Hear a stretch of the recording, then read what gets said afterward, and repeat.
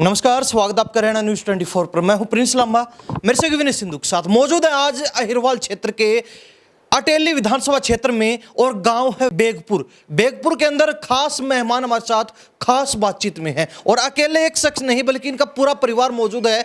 खुशी का मौका है यूपीएससी क्लियर करने का, क्योंकि इस समय इसी को लेकर पूरे भारतवर्ष में सबसे ज्यादा चर्चा चल रही है। पिछले दिन यूपीएससी का रिजल्ट आउट हुआ और उसके बाद से ही लगातार बधाइयों का तांता लगा हुआ है। अनेक बच्चे ऐसे हैं जिन्होंने यूपीएससी क्रैक करके और अपनी जगह पक्की कर ली है और ऐसे ही एक युवा हमारे साथ मौजूद है जिन्होंने भी यूपीएससी क्रैक करके और अपना स्थान पक्का कर लिया है। खास बात यह है और प्रतिभा का अंदाजा भी इसी से लगाया जा सकता है कि इससे कुछ दिन पहले इन्होंने सीडीएस की परीक्षा में, जो कि यूपीएससी ही करवाती है, उसमें ऑल इंडिया रैंक 1 प्राप्त किया था, यानी कि पूरे भारत में पहला स्थान इन्होंने प्राप्त किया था। और अब यूपीएससी की दूसरी परीक्षा में भी झंडा गाड़ दिया, अपने प्रतिभा का लोहा मनवाया है। खास बातचीत में हमारे साथ आदित्य यादव मौजूद हैं। इनसे बातचीत करेंगे कि किस तरीके से जो इन्होंने यूपीएससी का एग्जाम पहले प्रयास में ही क्रैक कर लिया और जो तैयारी की उस पर कहीं ना कहीं इनको क्या उम्मीद थी कि इतनी जल्दी जो है इस एग्जाम को क्लियर कर पाएंगे और परिवार के अंदर कहीं ना कहीं जो खुशी का माहौल है वो दे पाएंगे। आदित्य, बहुत बहुत स्वागत आपका हरियाणा न्यूज़ 24 में। जी, आपका आभार मुझे बोलने का अवसर देने के लिए भी। तो सबसे पहले तो बता दीजिए, यूपीएससी क्लियर कर लिया, कौन सी पोजीशन है और साथ ही कितनी खुशी हो रही है? देखिए, क्लियर किया है, इसमें ऑल इंडिया रैंक 492 आई है जी। और अगर खुशी की बात कहूँ तो खुशी से ज़्यादा कहीं ना कहीं कंटेंटमेंट, सेटिस्फेक्शन जो है, एक धैर्य स्थापित हुआ है अंदर कि ये साइकिल फाइनली एंड हो गई है। अब इसमें इससे आगे कुछ नहीं करना, क्योंकि बहुत सारे बच्चे मेरिट आउट हो जाते हैं, तो अभी एक धैर्य ज़्यादा है खुशी के साथ साथ। 492 रैंक जो तैयारी की थी, पहला प्रयास था, कहीं मन में ऐसा तो नहीं था कि हो पाएगा नहीं हो पाएगा, कहीं बीच में रह जाएं, कहीं लटक जाए, कभी दूसरी बार कोशिश करनी पड़े? देखिए, यूपीएससी सिविल सर्विसेज का एग्ज़ाम तो एक ऐसा एग्ज़ाम है जहां अनसर्टेनिटी बहुत ज़्यादा रहती ही है, हमेशा से ही रही है, जिसमें आप ये अंत तक भी, इंटरव्यू के बाद भी ये नहीं कह सकते कि आपकी क्या रैंक आएगी, क्योंकि कल भी 2800 बच्चों ने इंटरव्यू दे रखा था जो अपनी एक्सपेक्ट कर रहे थे मेरिट में रैंक, बट सिर्फ 1000 बच्चों की मेरिट लगी है। तो ये अनसर्टेनिटी तो अंत तक रहती ही है कि आपका हो या ना हो। तो एक कहीं ना कहीं थोड़ा सा मन में बेचैनी थी कि ये कहीं जो है ना देना पड़े। तो भगवान का बहुत शुक्रिया मानता हूँ कि एक ही अटेम्प्ट में जो है मेरी रैंक आ गई है। और खास बात ये कि जो हमारे साथ आदित्य बैठे हैं जिन्होंने यूपीएससी का एग्जाम पहली बार में क्लियर कर लिया, किसी जगह कोचिंग नहीं ले रहे बल्कि घर से ही, खुद से ही पढ़ाई करके, सेल्फ स्टडी करके जो है ये मुकाम हासिल किया है। और कोई छोटी बात नहीं है कि में यूपीएससी का जो पूरे भारतवर्ष में और दुनिया की भी सबसे टफेस्ट, यानी कि सबसे कठिन परीक्षाओं में मानी जाती है, वो क्लियर कर दिया सिर्फ पहले प्रयास के अंदर, सिर्फ कुछ समय की मेहनत के चलते। और खास बात एक और आपको बता दें कि ये जो लड़का आप देख रहे हैं ये किसी बड़े अमीर व्यक्ति का बेटा नहीं है बल्कि एक फौजी का बेटा है। और एक फौजी के बेटे के अंदर जोश, जुनून, इतना मेहनत और लगन इतनी कि इन्होंने पहले प्रयास में यूपीएससी के अंदर झंडे गाड़ दिए। फौजी के बेटे हो, कभी ऐसा महसूस नहीं हुआ जब तैयारी कर रहे थे कि अपने पास शहरों के मुकाबले वो सुविधाएं भी नहीं है, सुविधाओं का अभाव है, कोई हम इतने जो है अमीर घर से भी नहीं आते कि जो मुंह से निकलेगा वही तैयार मिलेगा अगले दिन? तो कभी लगा नहीं कि नहीं हो पाएगा या फिर कुछ असमंजस की स्थिति? किंतु परंतु देखिए, सबसे पहली बात तो फौजी का बेटा होना ये तो एक बहुत ही गर्व की बात है। और मेरे पिताजी नहीं, मेरे दादाजी भी जो हैं वो भी सेना में थे, तो कहीं ना कहीं ये ऐसी घबराहट वाली बात तो फौजी के खून में नहीं होती है। उल्टा जुनून जो है दुगना रहता है किसी भी काम को पूरा करने का, क्योंकि फौज तो इसी बात के लिए जानी जाती है कि जो भी टास्क फौज को दिया जाता है वो कंप्लीट करके ही वापस आती है। रही बात कि एक आम सामान्य परिवार से, गांव के क्षेत्र से, ग्रामीण क्षेत्र से होने का, तो बिल्कुल ये थोड़ा सा रहता है कि हमारे पास गाइडेंस के लिए ऐसे लोग नहीं होते जो आईएएस आईपीएस ऑलरेडी हों, जिनसे कि हम ये जान सकें कि किस तरह से जो है सर्विस की तरफ, हम एग्ज़ाम की तरफ जो है हम देख सकते हैं या किस तरह से एग्ज़ाम को हम क्लियर कर सकते हैं। तो ये बताने वाले लोग कम होते हैं, पर उस चीज़ को फिर मैंने सप्लीमेंट कर लिया था। आजकल इंटरनेट है, इतने लोग हैं, सब पता चल जाता है कि एग्ज़ाम को किस तरह से क्या टैकल करना है। और बाकी ऐसी एग्ज़ाम को लेकर कभी कोई घबराहट वाली बात नहीं हुई कि इस सादे उससे बैकग्राउंड से होने के बावजूद मैं नहीं कर पाऊंगा, ऐसा कभी कोई डर लगा नहीं था। अक्सर हम जो बच्चे यूपीएससी क्लियर करते हैं, आईएएस आईपीएस आईआरएस बनते हैं, उनसे बातचीत करते हैं वो बताते हैं कि हमने सेल्फ स्टडी भी की।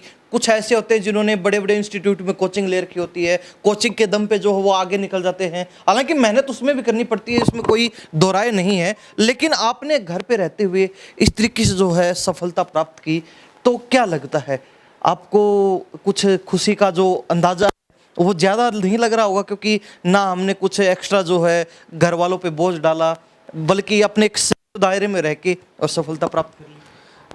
इस बात का तो है ही, और मैं तो ये भी कहूँगा कि ऐसा कुछ कोचिंग में गलत नहीं है। अगर आप कोचिंग जो है आपके एग्ज़ाम में कहीं ना कहीं हेल्प करती है, क्योंकि वो आपको ऑलरेडी जो है नोट्स बना के दे देती है, आपका आधा काम हल्का हो जाता है। लेकिन सेल्फ स्टडी का ये रहता है कि आप अपने जोन में रहकर तैयारी कर सकते हैं। आपके पास, आपको कहीं दिल्ली जाने की ज़रूरत नहीं होती, कोई डिस्ट्रैक्शंस इतना होता नहीं है।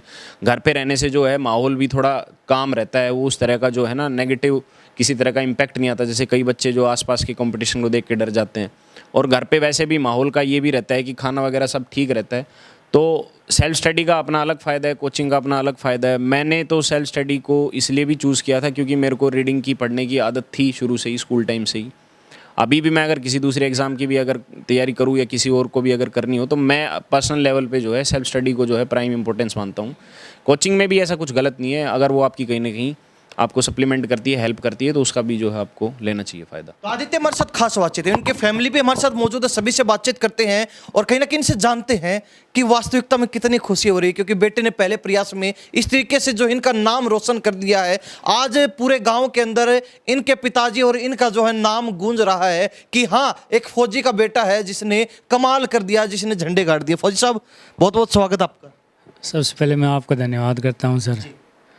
और सर, मुझे बहुत गर्व है कि एक फौजी के बेटे ने इतना बड़ा मुकाम हासिल किया है, ये मेरे लिए बहुत गर्व की बात है। वैसे मैं अपने बेटे को एक फ़ौजी अफसर बनाना चाहता था, लेकिन फिर भी मैंने इनको कहा कि 2 एम लेके चलना चाहिए। इसने दोनों अपने मिशन में अच्छी कामयाबी लेकर एक अच्छा मुकाम हासिल किया है। फौजी साहब फौजी बनाना चाहते थे और सीडीएस के एग्जाम में ऑल इंडिया में पहला रैंक भी इन्होंने प्राप्त कर लिया था। पूरी तैयारी हो गई थी आर्मी के अंदर ऑफिसर बनने की। हाँ सर, इन्होंने मेरा हर साइड से सपना पूरा कर दिया। आज मैं बहुत खुश हूँ सर। तो अभी यूपीएससी भी क्लियर कर दिया, दूसरा एग्जाम भी, तो किसको प्रायोरिटी दे रहे हो, आर्मी को या फिर अब दूसरी जगह की तैयारी चल रही है? नहीं सर, अब मैं यूपीएससी में इसको जाने के लिए प्रेरित करूँगा सर। क्यों आदित्य, कहाँ अभी मेरा मन तो अभी भी फौज पे है, कहीं ना कहीं अच्छा खासा है, थोड़ा बहुत भी नहीं। हालांकि अब वो तो अभी सोच विचार करेंगे, क्योंकि कल ही मेरिट आई है, इतनी 2-3 ऑप्शंस हैं, तो इनमें देखते हैं क्या बेस्ट रहेगा। लेकिन मेरे मन में फ़ौज के लिए आज भी जगह है और हमेशा रहेगी। इनकी माता जी हमारे साथ है जी, क्या नाम? जी, मेरा नाम सुनीता यादव। सुनीता जी क्या करते हैं? मैं सर स्कूल में टीचर हूँ 18 साल से। 18 साल से टीचिंग कर रहे हैं और उसका फायदा बेटे को मिल गया। एक बार दूसरी बार फिर यूपीएससी में झंडा गाड़ दिया। जी सर, मैंने इसके सपने पूरे करने के लिए अपने सपनों को अधूरा रखा है मैंने, और आज मैं अपने परिवार के साथ बैठी हूँ। और आपको बताना चाहूँगी कि परिवार में इसने अपने दादा दादी, नाना नानी और अपने मौसा मौसी, बुआ जी, फूफा जी, मामा जी, मामी जी, सबके सपने पूरे किए।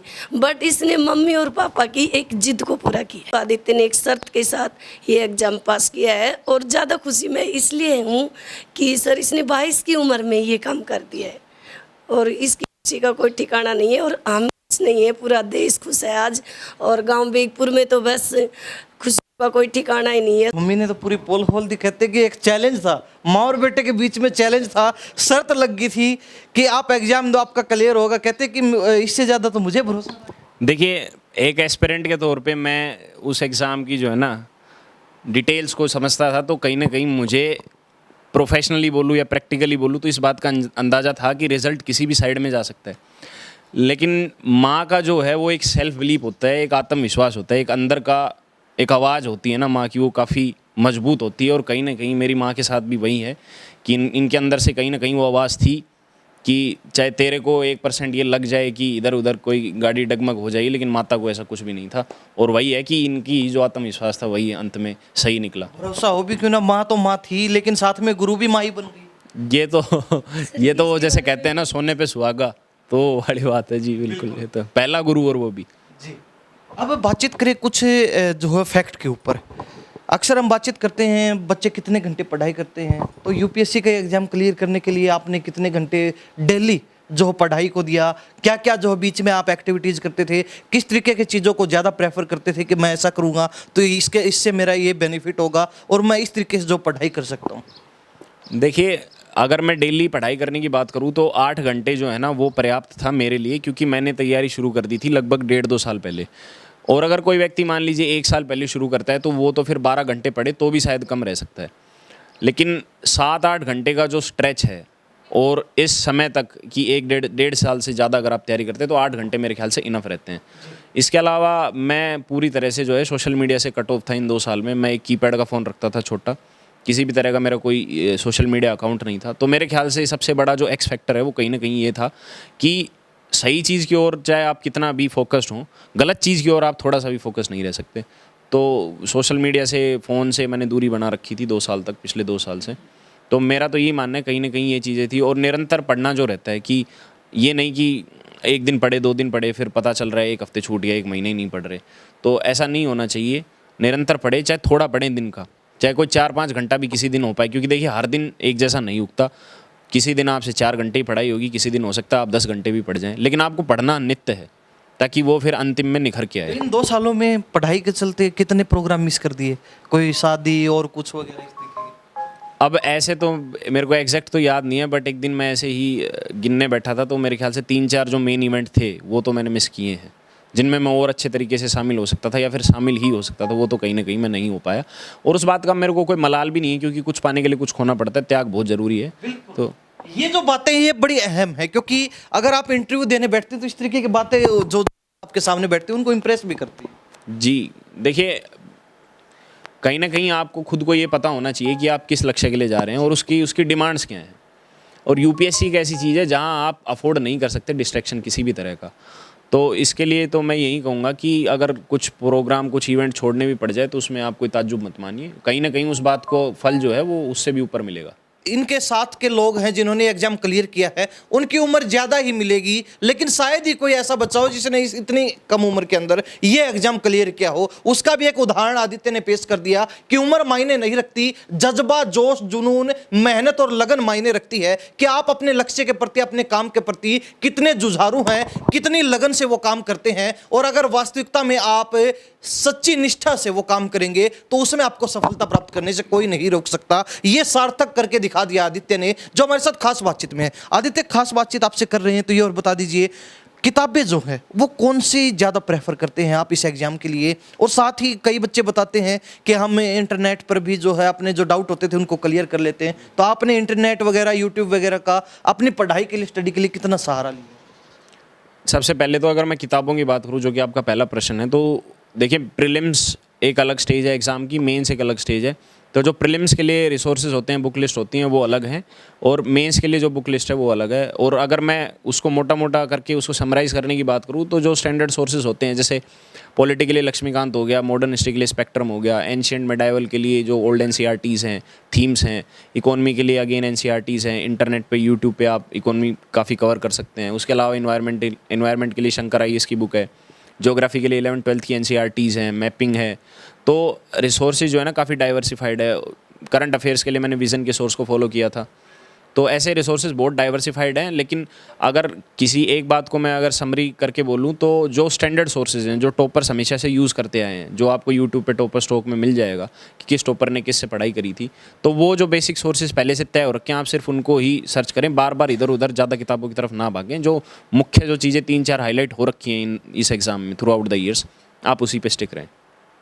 और यूट्यूब वगैरह, इंटरनेट का कितना सहारा लिया आपने? देखिए, पहली बात तो मैं फ़ोन तो रखता नहीं था, इसलिए इंटरनेट मेरे पास लिमिटेड अवेलेबल था, लेकिन उसमें मैंने अच्छे से उसको राइट डायरेक्शन में यूज़ किया है, क्योंकि इंटरनेट पे बहुत सारे सोर्सेज हैं जो आपको वैसे किसी बुक्स में नहीं मिलेंगे। जैसे इन्वायरमेंट के लिए आप किसी भी बुक को पढ़ लीजिए, बट मोर और लेस वहाँ से कुछ नहीं आ सकता।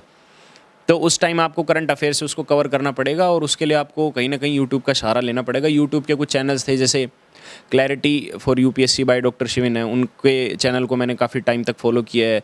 सत्यम जैन सर का जो यूट्यूब चैनल है अंडरस्टैंड यूपीएससी करके, उनको IAS पीसीएस पाठशाला है, तो ये सारे जो 3-4 ऐसे यूट्यूब चैनल्स हैं उनका काफ़ी जो है ना सपोर्ट रहा है। और मेरा तो ये मानना है इंटरनेट एक ऐसी चीज़ है, अगर आप सही दिशा में इस्तेमाल करोगे तो वो आपकी तैयारी को दिन दोगुना रात चौगुना वो कर देगा। अब यूपीएससी की बात कर रहे हैं तो कहते हैं कि एग्जाम तो अक्सर बच्चे क्लियर कर लेते हैं लेकिन इंटरव्यू में रह जाते हैं, तो ऐसी क्या खासियत है कि इंटरव्यू में बच्चे मार खा जाते हैं, इंटरव्यू में बच्चे पिछड़ जाते हैं, इंटरव्यू में उनके मार्क्स नहीं आते और वो पीछे रह जाते हैं, वो रिजल्ट में भी कहीं ना कहीं वो अपना जगह नहीं बना पाते? देखिए, इंटरव्यू कहीं ना कहीं आपकी रैंक डिसाइड करता है, तो उसका एज सच कोई शॉर्ट तरीका भी नहीं है कि इंटरव्यू में आप जो है 200 मार्क्स ले लेंगे, ऐसा कोई तरीका पहले से प्री डिफाइंड हो, ऐसा कोई तरीका भी नहीं है। बेटर ये है कि आप मेंस के मार्क्स को मैक्सिमाइज़ करें। जो मेन एग्ज़ाम है सिविल सर्विसेज का, उसके मार्क्स को आप एटलीस्ट 800 से ऊपर रखें, जीएस में 400 से ऊपर रखें, ऑप्शनल में अराउंड 270 के आसपास रखें, ऐसे में 120 प्लस रखें। तो कुछ ऐसा करें कि आपका जो मेंस का एग्ज़ाम की मार्कशीट है वो ही आपका सिलेक्शन इंश्योर कर दे। अगर आप मेंस में 800 मार्क्स सिक्योर कर लेते हैं तो इंटरव्यू में आपको मिनिमम मार्क्स भी मिलते हैं 150-160, तो you will get into merit. अगर आप ये सोच रहे हैं कि आप इंटरव्यू में अच्छा कर लेंगे, देन वो आपकी एक गलती हो सकती है, बिकॉज ऐसा एज सच कोई प्री डिफाइंड तरीका है नहीं इंटरव्यू का। और अगर कुछ मोटी मोटी बात मैं करूँ कि इंटरव्यू के लिए फिर क्या ज़रूरी है, तो आप अपनी कम्युनिकेशन अच्छी कर सकते हैं, अपने नॉलेज लेवल को आप बढ़ा सकते हैं, आप किस तरह से एक आंसर को प्रेजेंट कर सकते हैं, आपका डिमीन्योर जो है, बिहेवियर है। अक्सर जो IAS IPS बनते हैं वो हमें बताते हैं कि वहाँ जब आप इंटरव्यू में जा रहे हैं तो बनावटी ना दिखें, जो आप हैं रियलिटी वहाँ अगर पेश करेंगे तो वो आपके लिए बहुत ज़्यादा बेनिफिट में रहेगा। देखिए, इंटीग्रिटी ऐसी चीज़ है, ट्रुथफुलनेस ऐसी चीज़ है, वो अगर मान लीजिए आपकी प्रोफाइल में कुछ चीज़ें कम भी हैं, आप ऐसे बैकग्राउंड से नहीं आते कि आपने बहुत एक्स्ट्रा करिकुलर्स किए हों, या आपकी प्रोफाइल जो है, आपका रिज्यूमे जो है पहले से अच्छा रहा हो, अगर ऐसा नहीं है तो जो है एटलीस्ट उस पर आप स्टिक करें कि भाई इतना तो है and I am truthful to this. तो इंटीग्रिटी और सही बोलना, सच बोलना, जैसा है वैसा दिखना, it is far better than faking it. Aditya से खास बातचीत करें, इनके जो है परिवार के और भी लोग बैठे हैं इधर। जी, आपका क्या नाम है? प्रियंका है जी। क्या लगते हैं आप आदित्य? मम्मी जी। अच्छा, आप मम्मी हैं। कैसा लग रहा है? बहुत अच्छा लग रहा है जी। खुशी का मौका? जी बहुत खुश है जी। भांजे ने नाम रोशन कर दिया। हाँ जी, बहुत ज़्यादा नाम रोशन कर दिया हमारी भांजे ने, हमें बहुत खुशी हुई है, इसलिए बहुत हमारे परिवार में भी बहुत खुशी हुई है, और नाना को भी और नानी को भी और सभी को खुशी हुई है। जी, क्या नाम है आपका? मेरा नाम उर्मिला है। उर्मिला जी, क्या कहेंगे, क्या लगते हैं आप आदित्य? मैं इसकी मौसी लगती हूँ। अच्छा, मौसी हैं। तो मौसी से तो बातचीत जरूर करेंगे क्योंकि मौसी से अक्सर मिलना जुलना होता है। अब ये तो देखें कि इनकी माताजी और मौसी जी के कितने गुण मिलते हैं। बहुत घना गुण मिली सी, बहुत अच्छी तरह मेरे बेटे ने नाम रोशन कर दिया हमारा, यह बात से मैं बहुत खुश हूँ। तो पहले लगा था कि हाँ ये लड़का कुछ करेगा? हाँ बिल्कुल लगा था, बहुत खुश हूँ मैं। तो आपके कितने बच्चे? मेरे 3 बच्चे हैं। तो अब उनके ऊपर थोड़ा दबाव नहीं पड़ गया कि अब तुम्हें भी करना पड़ेगा? हाँ बिल्कुल, बिल्कुल सहमत से। तो अब आदित्य की मौसी जो है छड़ी लेके पीछे पड़ने वाली अपने बच्चों के, आदित्य ने कर दिया, अब तुम्हारा नंबर है, देख लो, अगर आगे नहीं बढ़े तो फिर पीछे से लगना पक्का है। हाँ बिल्कुल पीछे पड़ोगी। अच्छा गुड़िया, क्या नाम है? अदिति। आदित्य, आप क्या लगते हैं आदित्य के? बहन। बहन है, छोटी बहन है। अच्छा, मामा की लड़की है। तो कैसा लग रहा है भाई ने जो किया है? बहुत अच्छा लग रहा है। अच्छा लग रहा है। तो आपका क्या टारगेट है? मेरा भी यही टारगेट है। और क्या कहना चाहेंगे बच्चों को, जिन बच्चों का इस बार क्लियर नहीं हो पाया, जिनका दूसरा अटेम्प्ट था, तीसरा अटेम्प्ट था, फिर भी क्लियर नहीं कर पाए, आपने पहले प्रयास में कर लिया, क्या संदेश देना चाहेंगे? देखिए, ऐसा कोई संदेश दिया नहीं जा सकता, क्योंकि मेरा पर्सनली निजी तौर पे ये मानना है कि कहीं ना कहीं उन भाइयों का, उन बहनों का जिनका आज नहीं हुआ, उनका कल नहीं टाइम ज़रूर आएगा।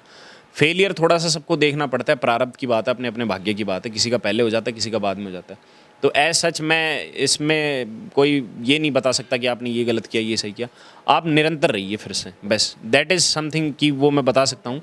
इसके अलावा आप अपने भगवान पे भरोसा रखिए कि इस बार नहीं तो अगली बार आपका ज़रूर हो जाएगा। बाकी अगला एग्ज़ाम की तैयारी करिए और उसमें से फिर आप निराश होके बैठ जाते हैं बच्चे, तो उसके लिए क्या कहना चाहेंगे आप? निराश होके बैठ जाते हैं, हार मान लेते हैं, एक बार असफल हुए, 2 बार हुए, बिल्कुल ही टूट के बैठ जाते हैं कि नहीं अब तो होना ही नहीं है हमसे।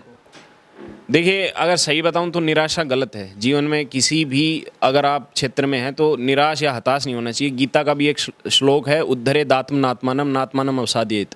उसका भी यही अर्थ निकल के आता है कि कहीं ना कहीं इंसान के अंदर, उसके आत्मविश्वास में, उसके चित्त में ऐसी शक्ति है कि वो खुद का उद्धार कर सकता है। ये भगवान कृष्ण का कहा गया श्लोक है गीता में।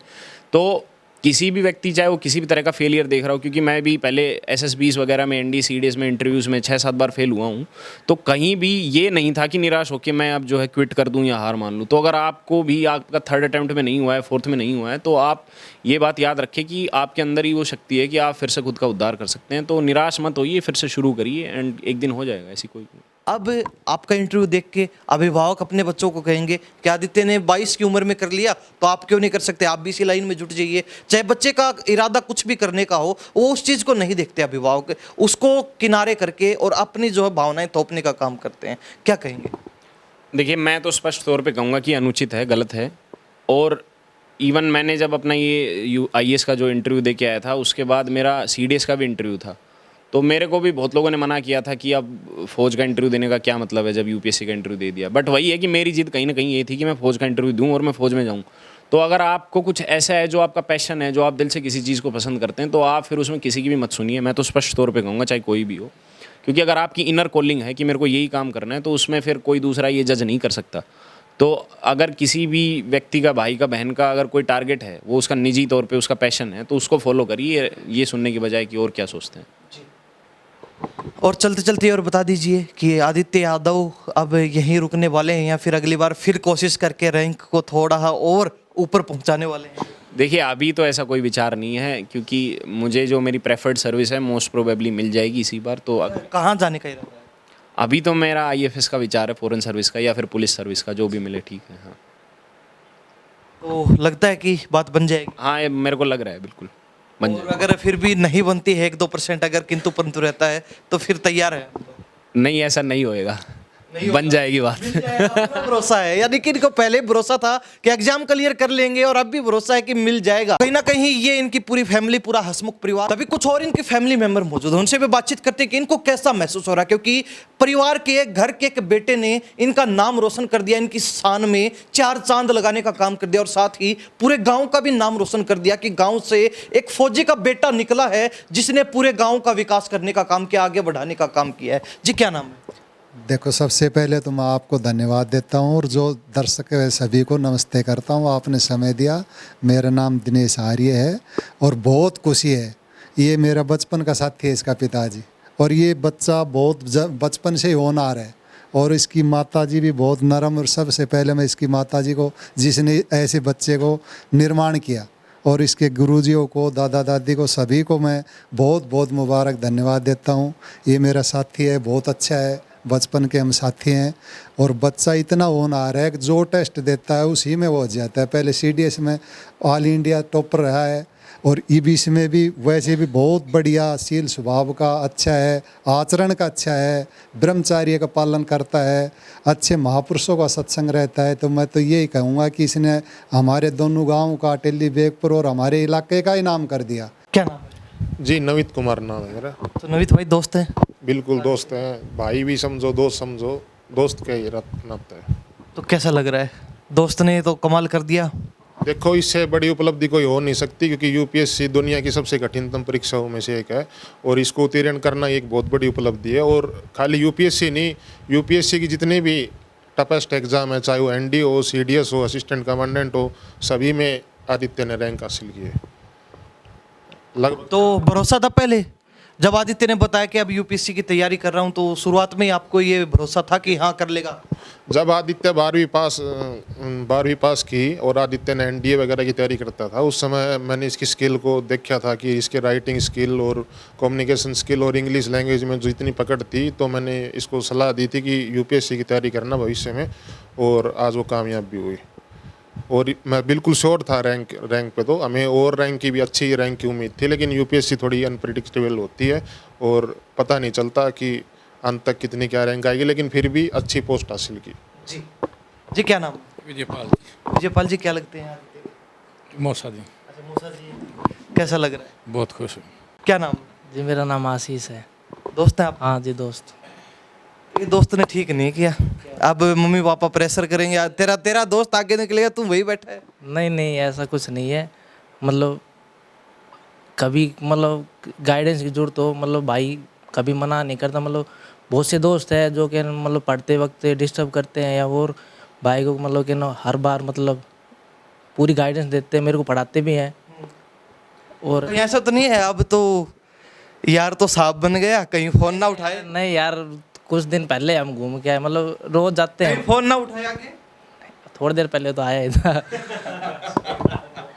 तो मतलब फोन ना उठाएगा तो वापस कर ले? नहीं नहीं, ऐसी कोई दिक्कत नहीं है। कोई मतलब दिक्कत नहीं है, पूरा भरोसा है? 20 साल हो गए यार। 20 दो साल हाँ वाह जी, मतलब लंगोटी है यार। हाँ, लंगोटे यार। चलो बहुत बढ़िया। तो सारे जो है दोस्त समाज के अंदर पूरी खुशी का माहौल बना हुआ है। बिल्कुल हाँ, सब मतलब एक प्रेरणा है सबके लिए, मतलब सब भाई की तरह बनना चाहते हैं। जब पता चला कि आदित्य ने यूपीएससी क्लियर कर लिया, रिएक्शन क्या था उस टाइम पे? मेरे को तो पता था भाई, पहले ही था ही, मतलब इतने साल हो गए, मतलब परख लिया था। मतलब है, मतलब इसमें है कैलिबर, मतलब कर सकता है।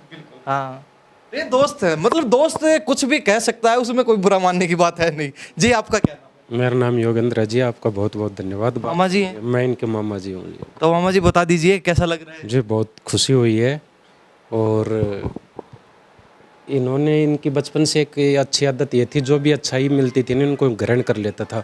महान जो लेखक हैं जिनके अच्छे विचार रहे हैं, उनके विचारों से बहुत प्रभावित रहा है ये सदा। और जैसे थोड़ा एज बढ़ती है, बालक घूमता है, थोड़ा सा इधर उधर का ध्यान रखता है, वो इसमें कभी भी नहीं था। और ज़्यादातर इसका पढ़ाई पे ही कमरा बंद करता था, 8-8 10-10 घंटे पढ़ना तो लग रहा था। और अच्छी बात है, इसने इसका एरिया का नाम रोशन किया है, रिश्तेदारों का किया है, अपने माँ बाप का किया है। और यूपीएससी के अंदर क्लियर होना एक बहुत गर्व की बात है। और विशेषकर हम जैसे नॉर्मल फैमिली से एक बच्चा आगे निकल के जाता है तो बहुत खुशी की, गर्व की बात होती है। हम जो है बेगपुर गांव अटेली विधानसभा क्षेत्र महेंद्रगढ़ जिला हरियाणा प्रदेश में मौजूद थे। यूपीएससी का रिजल्ट आया तो उसमें ग्रामीण क्षेत्रों के बच्चों ने एक बार फिर अपनी प्रतिभा का लोहा मनवाया है, और उसी में शामिल एक नाम आदित्य यादव का भी है, जो एक फौजी का बेटा है। 22 साल मात्र उम्र, पहला प्रयास और पहले प्रयास में ही 492वां रैंक इन्होंने हासिल कर लिया। और कहते हैं कि जो इनकी मनपसंद नौकरी है, जो जॉब है, वो पोस्टिंग इनको मिल भी जाएगी, उसमें कहीं ना कहीं ये संतुष्ट भी है। हालांकि खास बात यह है कि आदित्य ने इससे कुछ समय पहले ही सीडीएस के अंदर जो एग्जाम दिया था, उसके बाद जो इंटरव्यू हुआ उसमें ऑल इंडिया फर्स्ट रैंक हासिल की थी, वो भी जनरल कैटेगरी में, जनरल मेरिट लिस्ट में। इससे अंदाजा लगाया जा सकता है कि ग्रामीण क्षेत्रों के जो बच्चे हैं वो किसी भी मामले में शहरी क्षेत्रों के बच्चों से कम नहीं है, महानगरों के बच्चों से कम नहीं है। प्रतिभा किसी भी चीज की मोहताज नहीं होती, सिर्फ लगन मेहनत की मोहताज प्रतिभा होती है। जितनी ज्यादा मेहनत, जितनी ज्यादा लगन से, जितनी ज्यादा सच्ची निष्ठा से काम करेंगे, उतना ही जो है कामयाबी का शोर ज्यादा होगा, धमाका बड़ा होगा। और वही आदित्य यादव ने करके दिखा दिया। एक साथ 2 धमाके किए, और दूसरा धमाका जो है वो इतना जोरदार था कि अब इनको अपनी मनपसंद पोस्टिंग भी मिल जाएगी। आप इनकी बातों से कितना सहमत, इनके परिवार वालों की बातों को सुनकर आपको कैसा लगा, कमेंट के माध्यम से जरूर बता दीजिए। इन्हीं सब बातों के साथ प्रिंस लांबा, हरियाणा न्यूज़ 24। नमस्कार, जय हिंद।